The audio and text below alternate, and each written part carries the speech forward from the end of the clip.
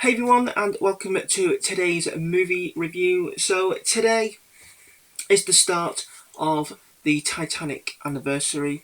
Today is April 10th, and today I decided to start off the Titanic anniversary by watching a Titanic movie. And I thought I'd watch one of the Titanic movies that I recently picked up not too long ago that I have never seen. I thought today that I would watch for the first time the 1953 version of Titanic, starring Clifton Webb, Barbara Stanwyck. So what I'm going to do is I'm going to go through the story with you the best I can, and then I will give you my thoughts and opinions about the movie, and then give you my rating towards the end.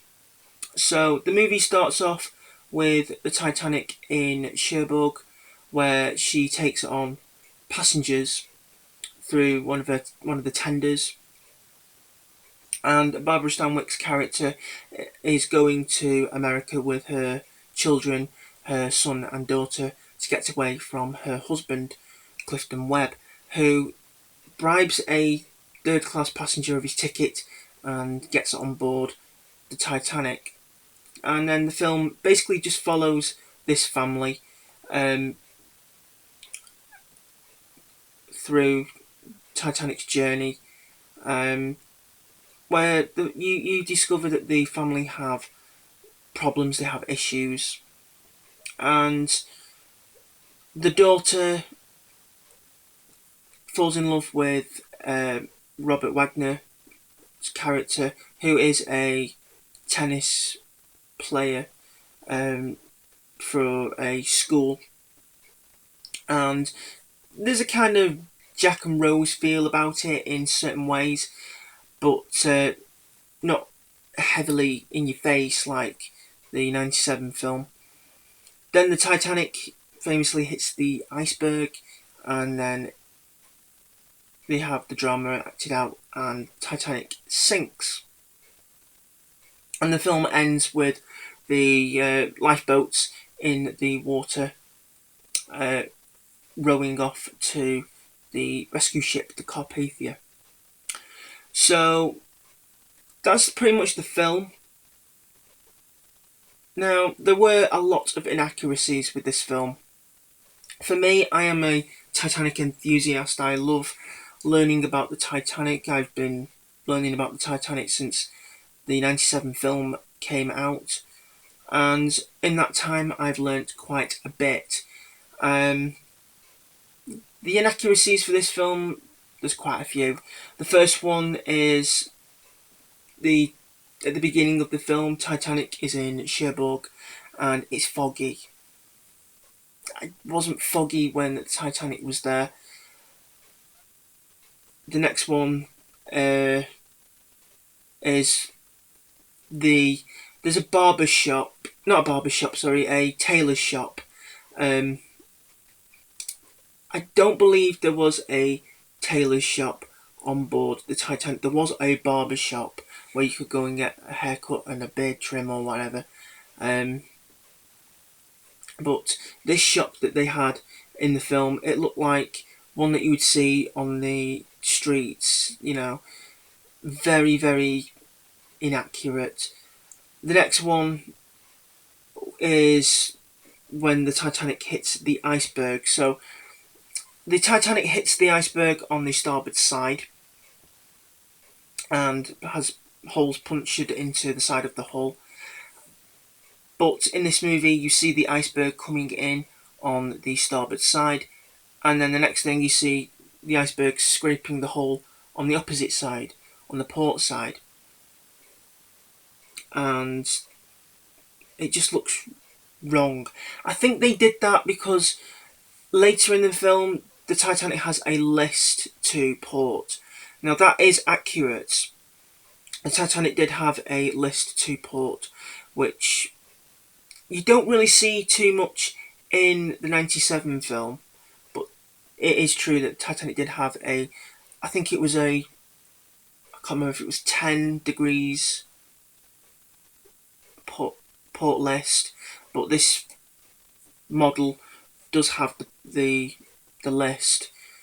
The other inaccuracy is Captain Smith.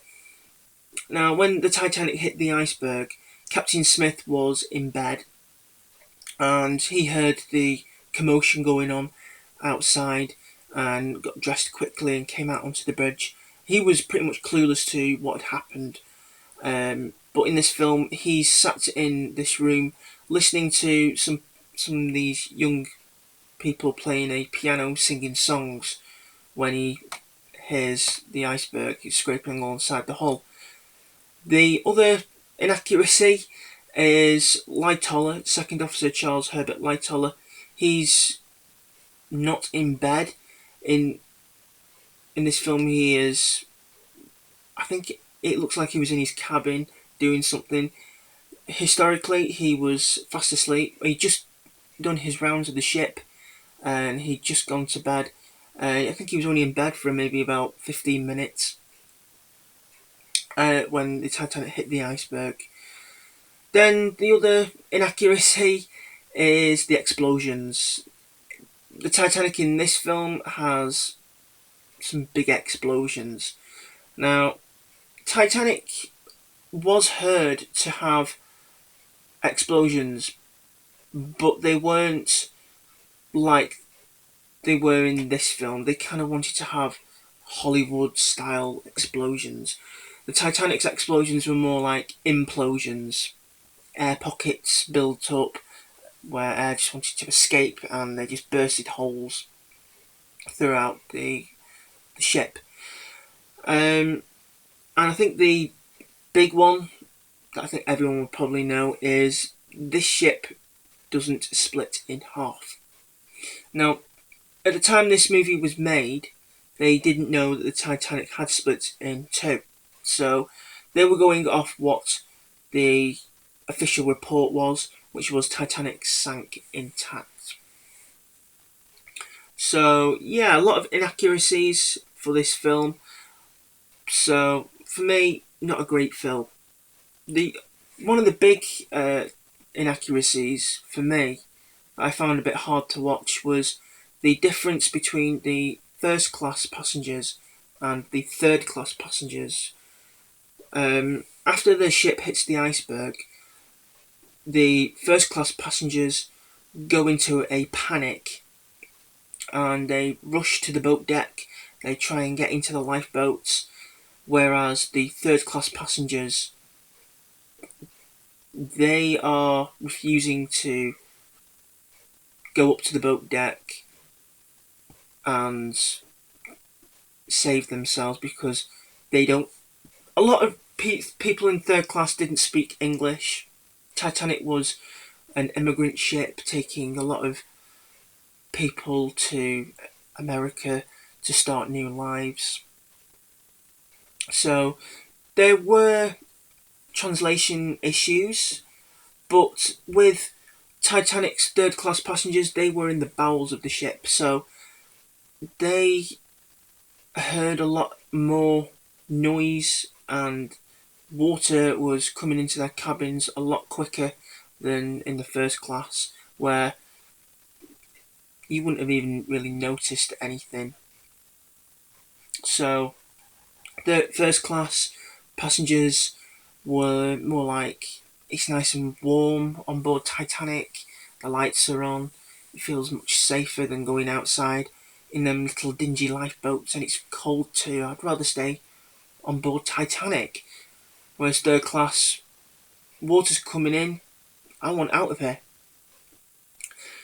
There was another problem I had with this film as well, and that was there was a siren going off. Now, Titanic didn't have a siren and an alarm siren, so that was very annoying for me. But apart from all the things that I didn't like about the film, it wasn't too bad. It was okay, but for me, it's not the best Titanic film ever made. For me, that's got to be A Night to Remember. That has to be, for me, the best Titanic film ever made. because the 97 film is good, but it focuses far too much on the love story and made up characters, whereas A Night to Remember mostly focuses on historical figures. So that's why I prefer it. But as for this one, it wasn't too bad. Could have been better, but it is what it is. Picture quality for this was pretty good. Wasn't too much grain or anything. The sound is DTS HD Master Audio 1.0. That was pretty good sound. I had no issues with the sound.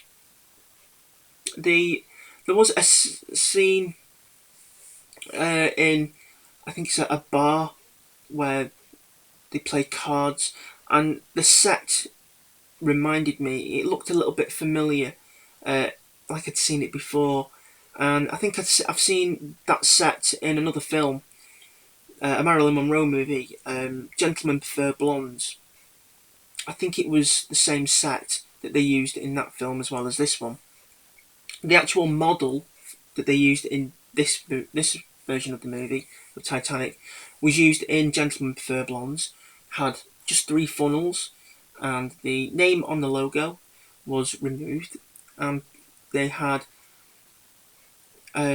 Queen Mary on the bow, and if you look closely, the name is back to front.